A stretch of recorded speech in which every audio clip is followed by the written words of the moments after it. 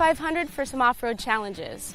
Now, this is some pretty rough terrain, but it's actually a comfortable ride because of the new independent front suspension.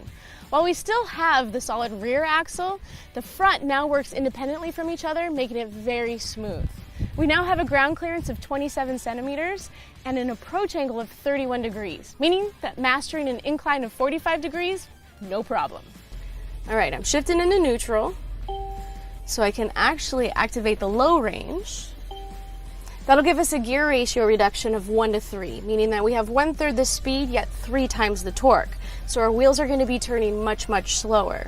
We have a shorter transmission ratio, which means that we're just going to have much more control at slower speeds. All right, we're reaching an area where we're going to need to lock in our diffs. And we want to do this before we actually reach the obstacle because you don't want to do it when the wheels are spinning.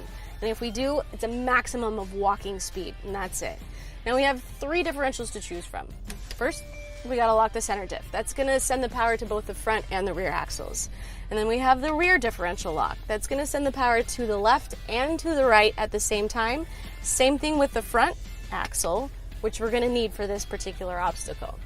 All right, now we wanna approach very slowly and very steadily. You don't wanna have too much momentum or you're gonna lose traction and stability.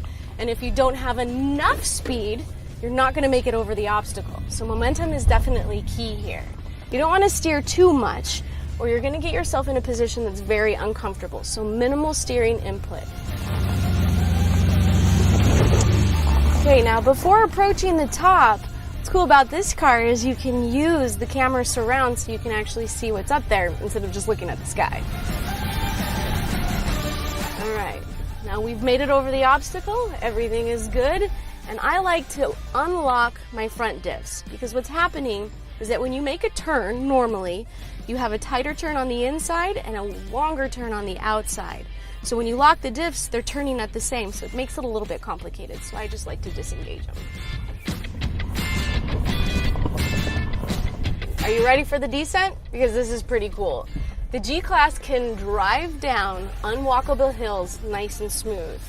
All you gotta do is put it into manual first gear and the car will do engine braking for you. So my feet are not on the pedals, I don't have to control it, it just senses when it needs to stop.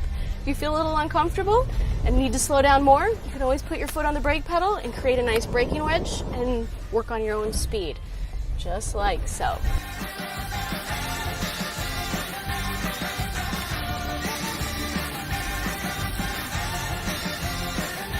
Look at that. I can trust the car. Look, my feet.